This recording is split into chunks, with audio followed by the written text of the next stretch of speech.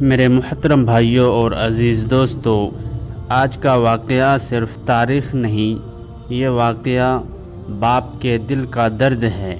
یہ واقعہ اولاد کے فیصلے کا انجام ہے۔ یہ واقعہ ہمیں بتاتا ہے کہ قیامت کے دن رشتہ نہیں، ایمان بولے گا۔ میں بات کر رہا ہوں حضرت نوح علیہ السلام اور ان کے بیٹے کے واقعے کی۔ بھائیوں، حضرت نوح علیہ السلام نے 950 سال اپنی قوم کو اللہ کی طرف بلایا، لیکن قوم کا حال یہ تھا کہ جیسے جیسے نصیحت بڑھتی گئی ویسے ویسے نفرت مذاق اور ضد بڑھتی گئی۔ پھر اللہ کا حکم آیا، اے نوح، ایک کشتی بناؤ ہماری نگرانی میں اور ہمارے حکم سے۔ اب ذرا اس منظر کو سوچیے، خشک زمین، دور دور تک پانی نہیں، اور ایک نبی کشتی بنا رہا ہے۔ قوم آتی تھی، ہنستی تھی، تالیاں بجاتی تھی۔ کوئی کہتا نبی صاحب لگتا ہے پاگل ہو گئے ہیں، کوئی کہتا ہے بارش کہاں ہے، سمندر کہاں ہے، اور کچھ بدبخت تو یہاں تک کرتے تھے کہ کشتی پر گندگی پھینکتے، مٹی کوڑا غلاظت ڈال کر جاتے تاکہ نوح کو ذلیل کیا جائے۔ لیکن بھائیوں، حضرت نوح علیہ السلام نہ بددعا کرتے، نہ گالی دیتے، نہ بدلہ لیتے۔ وہ خاموشی سے کشتی صاف کرتے رہے اور کہتے، آج تم ہنس رہے ہو، کل فیصلہ ہوگا۔ یہ ہے نبی کا صبر۔ کشتی بنتی رہی، سالوں لگ گئے، اور آخرکار وہ گھڑی آ پہنچی جس کا وعدہ تھا۔ آسمان سے بارش، ایسی بارش کہ کسی نے دیکھی نہ سنی۔ زمین چشمے پھوٹ پڑے، پانی ہی پانی، ہر طرف پانی۔ اللہ کا حکم آیا، ہر جانور کا ایک جوڑا اور ایمان والوں کو کشتی میں سوار کر لو۔ اور بھائیوں، یہاں آتا ہے اس واقعے کا سبب دردناک منظر۔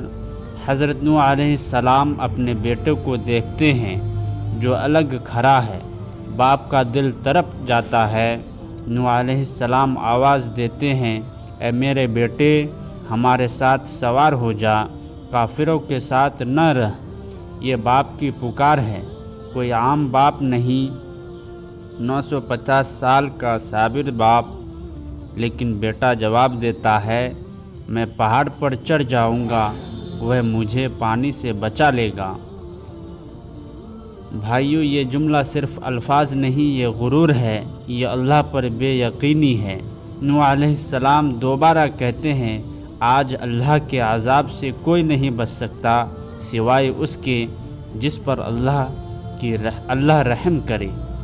اور پھر ایک خوفناک لہر اٹھتی ہے، باپ اور بیٹے کے درمیان آ جاتی ہے، اور بیٹا آنکھوں سے اوجھل ہو جاتا ہے۔ ذرا تصور کریں، ایک نبی، ایک باپ اور اپنا بیٹا ڈوبتا ہوا۔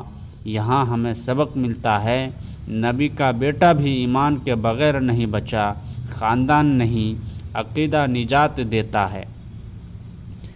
حضرت نوح علیہ السلام عرض کرتے ہیں، اے اللہ، میرا بیٹا تو میرے گھر والوں میں سے تھا۔ اللہ فرماتا ہے، اے نوح، وہ تمہارے اہل میں سے نہیں، کیونکہ اس کا عمل صالح نہیں تھا۔ بھائیو، یہ قرآن کا فیصلہ ہے۔ پھر سیلاب تھمتا ہے، کشتی جودی پہاڑ پر ٹھہرتی ہے، اور ایک نئی دنیا کی شروعات ہوتی ہے۔ حق بچ جاتا ہے، باطل مٹ جاتا ہے، اور تاریخ گواہ بن جاتی ہے کہ اللہ کا وعدہ سچا ہے۔ میرے بھائیوں، اس واقعے سے ہم سیکھیں، اولاد کی فکر صرف دنیا نہیں، ایمان کی ہونی چاہیے۔ مذاق اڑانے والے آج ہنستے ہیں، کل روتے ہیں۔ اللہ کا حکم آئے تو عقل نہیں، اطاعت چاہیے۔ اللہ ہمیں حضرت نوح علیہ السلام کے صبر اور ان کے یقین اور ان کے درد بھرے دل سے سبق لینے کی توفیق عطا فرمائے۔ آمین یا رب العالمین۔